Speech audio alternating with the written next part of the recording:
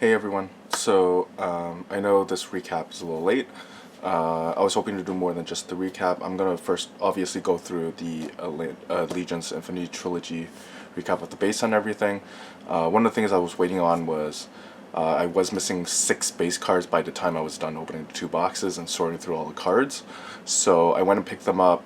Took a little time for them to arrive, but they are here now, and I managed to put them in binder form in the format, so I will go through that. It is a 90 card base set, 2 boxes. I mentioned this in the comments in my previous video as well, that with 2 boxes, there is a likely chance that you most likely won't complete a full base set. Maybe if you're extremely lucky, you might. But in my case, obviously I did not. I was missing 6 cards, so I went to pick up those 6 singles, and they finally arrived. And if you really want to save for bet, 3 boxes probably would get you probably the full base set. But again, it still depends on luck, so there's definitely no guarantees. But 3 to 4 boxes definitely is like the safe zone, I would say. After I've gone through it, I will talk about some of the other products I've noticed that are popping up now, like for pre-orders and stuff, for the future of whatever remains for Marvel. But I'll get into that more later on. So as I mentioned, so I'm going to go through the binder. I'll go through some of the hits, which you guys already seen some of in the previous video.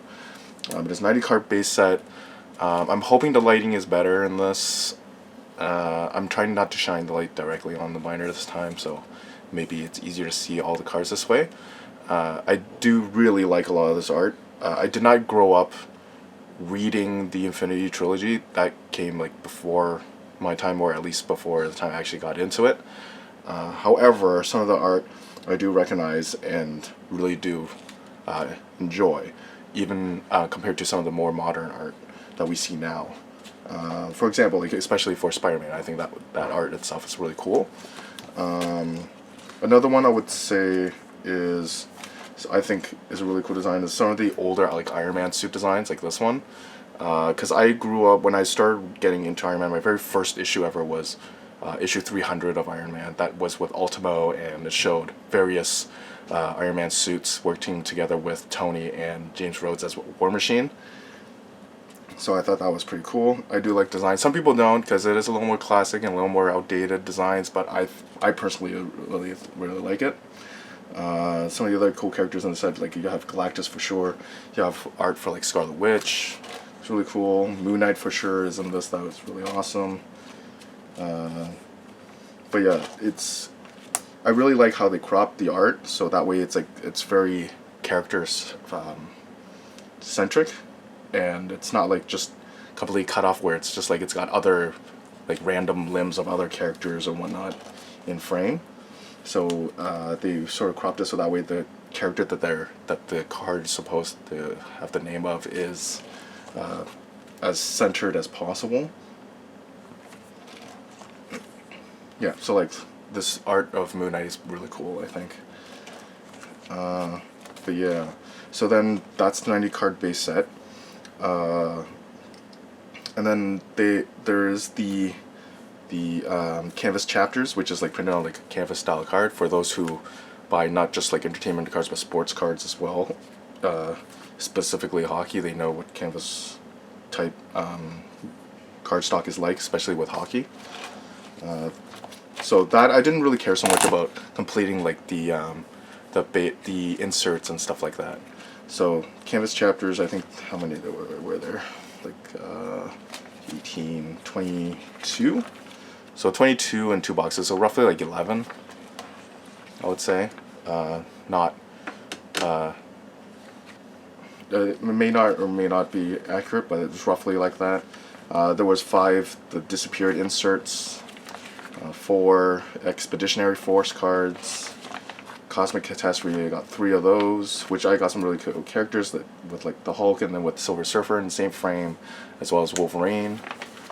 And then behind that is the rainbows. So the regular rainbows there were 6 of, so roughly 3 per box. And then red rainbows there was 2 of, and blue rainbows 2 as well. Now I think those were not 100% accurate according to the odds. I think they're supposed to either get So I got one of each in each box, but I don't think it was guaranteed. And then behind that is the 4 lenticular comic covers. So there were 2 per box, and I think these were kind of cool too. But yeah, so aside from that, there were obviously the hits that I pulled from the box. So I pulled 2 magentas, so one of Thing and one of Colossus, and then 2 purple boxes, one of Havoc and one of Drax, and then 1 blue swirl, which is out of number to 10 of Drax, and then the big hit was obviously the comic cut auto of Ron Lim, who's the penciler for the Infinity Trilogy, and then the comic clipping that they put for this card is obviously Thanos, which is really awesome. This was 23 out of 25. So it's kind of cool. I did get like 3 different variations of Drax. So aside from the base, I got the what I think was the blue rainbow, and then I got the blue swirl and the purple boxes. So which is pretty cool. For 2 boxes, I think the hits were pretty good.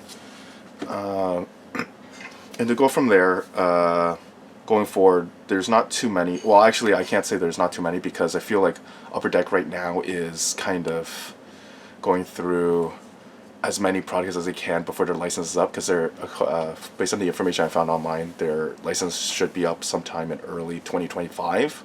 So right now, from what I've saw, there's already been sort of talks about the next Legion set, which is supposed to be Secret Wars. There's no stated or even assumed release date for that yet. But there is still 2 other Marvel sets that I'm aware of that's supposed to be coming out. One of them being the Marvel Masterpieces 92 Platinum, which is just the 92 Masterpieces reprinted on Platinum cardstock, so it will be like Chrome cardstock. And the other one is another Flair Ultra set, but this time it's called The Matriarchs of Marvel, so it is more focused on the female characters in Marvel, which I think is kind of cool. I know they did something like that in the 2008 Marvel Masterpieces, where they had a insert set for where it was focused on the female heroes and villains, which I thought was kind of cool. So it is kind of interesting that they're bringing that back, but making a sole focus of an entire Flair Ultra set.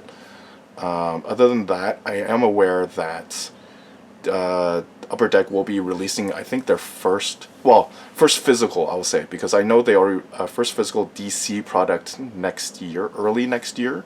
I know they already released a digital sort of e-pack version of a Batman set, but their first physical actual hobby box release will be, I guess, their first flagship product for DC, which will be DC Annual.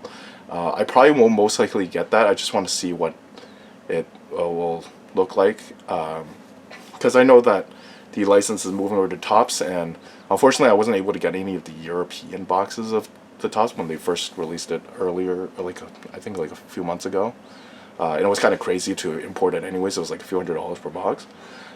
So I am looking forward to seeing what Topps first set. I think it's supposed to come out sometime in 2025, their very first one. I'm not sure what it will look like.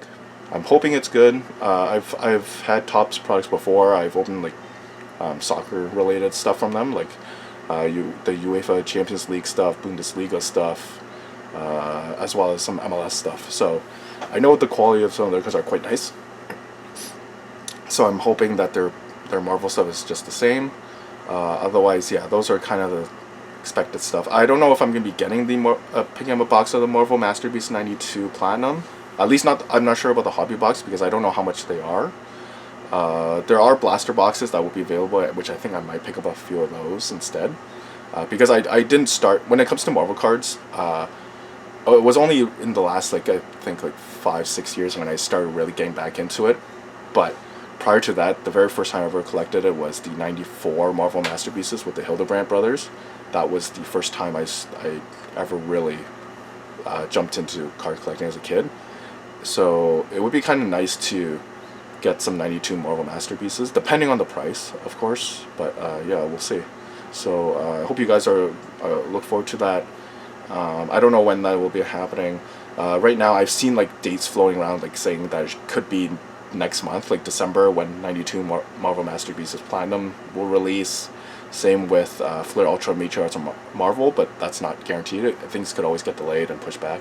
But with Upper Deck's license quick, like their end date of their license coming up fast, I'm pretty sure they will be pumping out more and more stuff, either reprints or stuff they already had artwork for that they want to quickly get out before they're unable to. So I'm expecting there's probably going to be a rush on Marvel products coming out before that time. So we'll see. It will be an interesting time between now and whenever their license runs out and they go full force and focus on DC stuff. So yeah, I'm excited to see what happens, but you never know, right? So yeah, so I hope you guys enjoy the rest of your weekend, and I'll see you guys in the next video.